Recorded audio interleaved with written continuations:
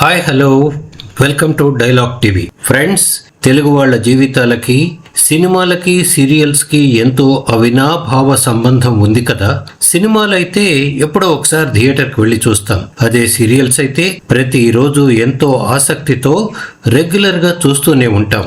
సినిమాల్లో 16 సుమోలు ఒక్కసారి గాల్లోకి లేస్తే ఆ బొమ్మ బ్లాక్ బస్టరే. అదే సీరియల్స్ లో అయితే 16 నిమిషాల పాటు సంఘర్షణతోనూ ఉద్వేగాలతోనూ భరించలేని బాధతోనూ హీరోయిన్ కంట తడిపెట్టి తన ఆవేదనని అద్భుతంగా పలికిస్తే ఆ సీరియల్ సూపర్ హిట్ టీఆర్పీతో దూసుకుపోయినట్టే. అందుకే సీరియల్స్ అనేవి సినిమాలో లాగా దృశ్య ప్రాధాన్యాలు కావు, శబ్ద ప్రాధాన్యాలు. సీరియల్స్ లో శబ్దం అంటే మాటలే. అందుకే రోజు మనం చూసే సీరియల్స్ లో మాటలు బాగుంటేనే నవరసాలు పండుతాయి. తెలుగు వాళ్లే కాదు, పరభాష నటీనటులు ఎంతో మంది తమ హావభావ నటనా కౌశలంతో మనల్ని మెప్పిస్తే వాళ్ల మాటలుగా వినిపించే డబ్బింగ్ వాయిస్లు మనల్ని విభిన్నమైన భావోద్వేగాలకి గురి చేస్తాయి. చిలిపితనాన్ని చిలికించిన, శృంగారం పలికించిన, ఆవేశాన్ని రగిలించిన, ఛాలెంజ్లే చేసిన, కన్నీటిని కురిపించిన నటీనటులు తెర మీద కనిపించటం ఎంత ముఖ్యమో వాళ్ల గొంతుల్లోంచి వెలువడే మాటలు సరైన అర్థంతో, సరైన విరుపులతో, సరైన ఉచ్చారణతో ఉంటేనే చూస్తూ వింటూ ఉన్న ప్రేక్షకులకి రసానుభూతి కలుగుతుంది. అలా కాకుండా పంటి కింద రాళ్లలాగా ఉచ్చారణ దోషాలతో డైలాగులు మనల్ని బాధకి గురి చేస్తే, చిచి బాధ ఏంటి, బాధ అని పలకటం రాదా అని కోపడకండి. బాధ అని ఒక్కసారి వింటేనే మీకు భరించలేకుండా ఉంటే, అదే బాధని కలిగించే కర్ణ కఠోరాలైన ఉచ్చారణ దోషాలతో డైలాగులు వినిపిస్తే అది శోచనీయమే కాదా? నో డౌట్ సీరియల్స్ లో తెర మీద దృశ్యాల్ని పండించేది తెర వెనక నుంచి వినిపించే అద్భుతమైన గొంతుకలే. భాష రాని నటీనటుల అభినయానికి జీవం పోసేవి కూడా సందర్భానుసారంగా భావోద్వేగాలని పలికించే ఆ గాత్ర సౌరభాలే. కానీ అంతటి ముఖ్యమైన పాత్రని పోషించే గొంతుకల్లో కూడా అపశబ్దాలు దొర్లుతుంటే, రోజు మాట్లాడుకునే మాటల్లో కూడా దోషాలు వినిపిస్తుంటే ఎలా భరించాలి? అద్భుతమైన గొంతులే అష్టావక్రల్ని పలికించితే ఎలా? అదేంటండి, సీరియల్స్ అన్నీ బాగానే ఉంటున్నాయి కదా, లోపాలు ఎక్కడున్నాయి అంటారా? ఒక్కసారి సీరియల్స్ లో తరచూ వినిపించే ఈ కింది మాటలు ఎలా ధ్వనిస్తున్నాయో ఆ సీన్స్ ని కళ్ళతో చూడకుండా కేవలం చెవులతో మాత్రమే వింటూ శ్రద్ధగా పరిశీలిస్తే మీకే తెలుస్తుంది. అర్థం అర్థంగాను, అనాథ అనాథగాను, బుద్ధి బుద్ధిగాను, భాష భాషగాను, భావి భావిగాను, శంకరం శంకరంగాను, ధర్మం ధర్మంగాను, సీత శీతగాను, క్షమించు క్షమించుగాను, శాంతి శాంతిగాను, శాపం శాపంగాను, విషాదం విషాదంగాను, భర్త భర్తగాను, భార్య భార్యగాను, పెళ్లి పెళ్లిగాను, ఇలా చెప్పుకుంటూ పోతే ఎన్నో తెలుగు పదాలు ఖూనీ అయిపోవటం నిజం కాదా? అలా పలికే వాళ్ళకి భాష రాదా, శ్రద్ధ లేదా?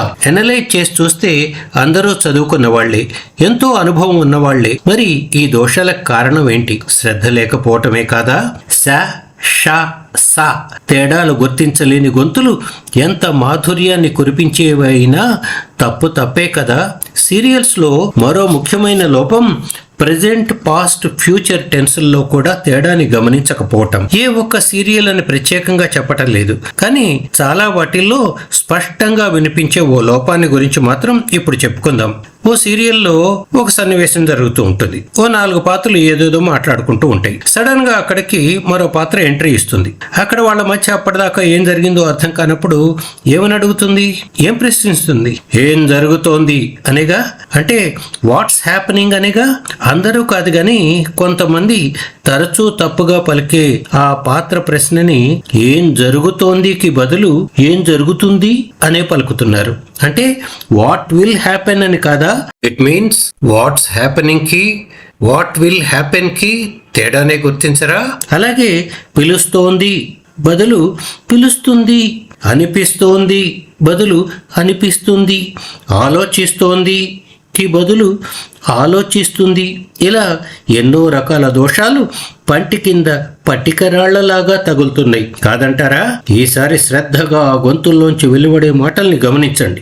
ఇక పాత్రలకి సూట్ అవని గొంతులు, స్వరమాధుర్యమే లేని మరికొన్ని గొంతుకులను గురించి మాట్లాడుకోవటమే అనవసరం. ఏంటండి, ఎక్కడో చిన్న చిన్న లోపాలుంటే వాటిని ఇలా ఎత్తి చూపాలా అనొచ్చు. కానీ విందు భోజనాన్ని విస్తరనిండా వడ్డించి అంచున ఒక పేడ ముద్దని పెడితే ఎలా ఉంటుందో ఒక్కసారి ఆలోచించండి. తెలుగు మాట్లాడే దీపాలు తెల్లవార్లు వెలుగుతూనే ఉంటాయి అన్నారు ఆరుద్ర. అన్య భాషలు నేర్చి ఆంధ్రంబు రాదంచు సకిలించు ఆంధ్రుడా చావవెందుకురా అని భాషాలోపాల మీద మండిపడ్డారు కాళోజీ. పదవీ స్వీకార ప్రమాణోత్సవంలో కొంతమంది రాజకీయ నాయకులు భారతదేశ సార్వభౌమాధికారాన్ని అని ప్రమాణం చేస్తూ పలకటం రాక తడబడుతూ సార్వభౌమంటుంటే అంతఃకరణ శుద్ధితో అని పలకాల్సిన చోట శుద్ధి అని అపస్వరాలు వినిపిస్తే మనందరం నవ్వుకోవటం లేదా? అందుకే చిన్నప్పటి నుంచి హౌ టు స్పెల్ అని ఇంగ్లీష్లోను, సరైన ఉచ్చారణ ఎలా అని తెలుగులోనూ పిల్లలకి పాఠాల్లో బోధిస్తారు. కానీ ఉచ్చారణ అనే పదాన్ని కూడా ఉచ్చారణ అని ఇవాళ పలుకుతుంటే హతవిధి ఏం చేయాలి? విద్యారంగం కంటే కళారంగం విభిన్నమైనది. ఒక వక్త ప్రసంగం నచ్చకపోతే వినటం మానేస్తారు. కానీ రోజూ చూసే టీవీ సీరియల్స్ని అలా మానేయలేం కదా. అందుకే కళారంగాల్లో అత్యంత గ్లామరస్ ఫీల్డ్ అయిన ఈ రంగంలో పనిచేసే వాళ్ళు మరింత బాధ్యతతో తమ వృత్తిని నిర్వహించి తీరాలి అనేది అక్షర సత్యం. ఇక్కడ మీకు ఓ చిన్న ఉదాహరణ చెప్తాను. సినిమాలైనా సీరియల్స్ అయినా పుట్టింది నాటకాల్లోంచి. నాటక రంగంలో నటన కంటే డైలాగులని పలకటానికే ప్రాముఖ్యత ఎక్కువ. ఎన్నో ఏళ్ల కిందట ఉస్మానియా యూనివర్సిటీ థియేటర్ ఆర్ట్స్ లో వచ్చిన విద్యార్థులకు లిఖిత పరీక్షను పెట్టి అందులో పాస్ అయిన వాళ్ళకి మౌఖిక పరీక్ష అంటే వైవా లాంటిది ఉండేది. 30 సీట్లకు గాను ఫైనల్ గా 50 మంది విద్యార్థులు పోటీకి నిలిచారు. ఆనాడు నాటకంలో ఉద్దండులైన శ్రీ మొదలి నాగభూషణ్ శర్మ గారు, చాట్ల శ్రీరాములు గారు, రాజారాం గారు ఆ థియేటర్ ఆర్ట్స్ కోర్సుకి అధ్యాపకులుగా విద్యార్థులందరికీ ఓ చిన్న వాక్యాన్ని పరీక్షగా పెట్టారు. అదేంటంటే, ముళ్ళపూడి వెంకటరమణ చెల్లెలి పెళ్లికి పళ్ళగంప పంపించు. ఆపకుండా ఈ వాక్యాన్ని చెప్పాలి. సరిగ్గా చెప్తే పాస్, చెప్పకపోతే ఫెయిల్. మళ్ళీ వినండి. ముళ్ళపూడి వెంకటరమణ చెల్లెలి పెళ్లికి పళ్ళగంప పంపించు. ఆ ప్రొఫెసర్స్ ముందు అందరూ ఒక్కొక్కళ్ళుగా వచ్చి ఆ వాక్యాన్ని గబగబా చదవటం మొదలుపెట్టారు. ముళ్ళపూడి హపో, చెల్లెలి పెళ్లికి హపో, పళ్ళగంప పో పో. అలా కేవలం ఓ గంటలోనే వడపోతని పూర్తి చేసి ఫైనల్ గా 30 మంది విద్యార్థుల్ని సెలెక్ట్ చేస్తూ ఒకే ఒక్క మాటని నాటక రంగంలో తొలి పాఠంగా చెప్పారు. నటనకి అభినయం వాచికం 2 కళ్ళు అని. అదే మాట సీరియల్స్ కూడా వర్తిస్తుంది. పాత్రోచితంగా నటీనటులు నటించకపోయినా, ఆ పాత్రల వాచికం సరిగ్గా లేకపోయినా, ఉచ్చారణ దోషాలతో నిండి ఉన్న చందమామలో మచ్చలాగే వికృతంగానే అనిపిస్తుంది. అసలు అలాంటి లోపాలని ఎవరూ ఎందుకు గమనించటం లేదా అని విశ్లేషిస్తే ఆసక్తికరమైనవే కాదు, శోచనీయమైన నిజాలు కూడా బయటపడినాయి. పలికేవాళ్ళు, పలికించేవాళ్ళు, పర్యవేక్షించేవాళ్ళు, ఇలా ఏ సీరియల్ ఎపిసోడ్ అయినా 3 ప్రధాన దశలని దాటాకే ప్రేక్షకుల ముందుకు వస్తుంది. నెంబర్ 1, ఈ స్పీడ్ యుగంలో పలికేవాళ్ళు రోజు ఎన్నో సీరియల్స్ కి గాత్రాన్ని అందించే క్రమంలో విపరీతమైన ఒత్తిడి వల్ల భాషా లోపాలని గమనించటం లేనందువల్ల.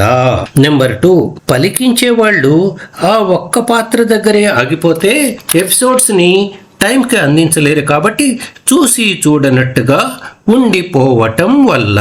నెంబర్ 3, పర్యవేక్షణ చేసేవాళ్ళు ఒకే సీరియల్ కి కాక ఇంకొన్ని సీరియల్స్ ని కూడా చూసుకోవలసిన బాధ్యతలని నిర్వహించే క్రమంలో మొత్తం మొత్తం పరిశీలించటం సాధ్యం కాకపోవటం వల్ల. సో కర్ణుడి చావుకి కారణాలు ఎన్నో అన్నట్టుగా ఈ లోపాలని సరైన టైంలో కనిపెట్టి సరిచేయటానికి అవకాశమే లేకపోవటానికి రకరకాల కారణాలు చెప్తున్నారు. కానీ చివరికి ఆ మాటలు అపశబ్దాలు భరించాల్సింది ప్రేక్షకులేగా.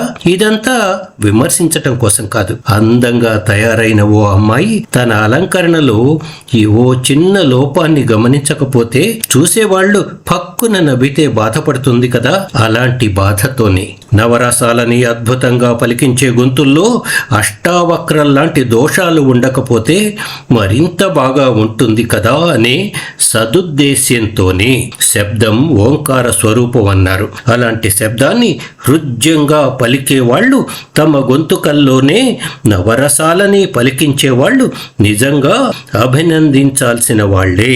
అయితే భాష రాని, భాషని పలకలేని నటీనటుల పాత్రలకి జీవం పోసే తెర వెనుక స్వరదాతలు మరింత బాధ్యతతో, జాగరూకతతో తమ ప్రొఫెషన్ లో ఇంకెంతో రాణించాలని మనసారా కోరుకుందాం. కాదు ఇది మారదు అనుకోమంటే ఏం చేస్తాం? మంత్రహీనం క్రియాహీనం భక్తిహీనం గణాధిప యత్పూజితం మయా దేవ అని గణపతి పూజ తర్వాత అక్షింతలతో నీళ్లను వదిలేసినట్టే అలాంటి దోషభూయిష్టమైన ఎపిసోడ్స్ ని రోజు చూస్తూ నిట్టూర్చాల్సిందేగా. సో ఫ్రెండ్స్, ఈ వీడియో మీకు నచ్చితే లైక్ చేయండి, షేర్ చేయండి, సబ్స్క్రైబ్ చేయండి. ఈ వీడియో కింద ఉన్న సబ్స్క్రైబ్ బటన్ ప్రెస్ చేసి అలాగే కింద ఉన్న బెల్ ఐకాన్ని యాక్టివేట్ చేసి మా నోటిఫికేషన్లు రెగ్యులర్గా చూస్తూ డైలాగ్ టీవీ వీడియోల్ని క్రమం తప్పకుండా ఎంజాయ్ చేయండి. Thank you.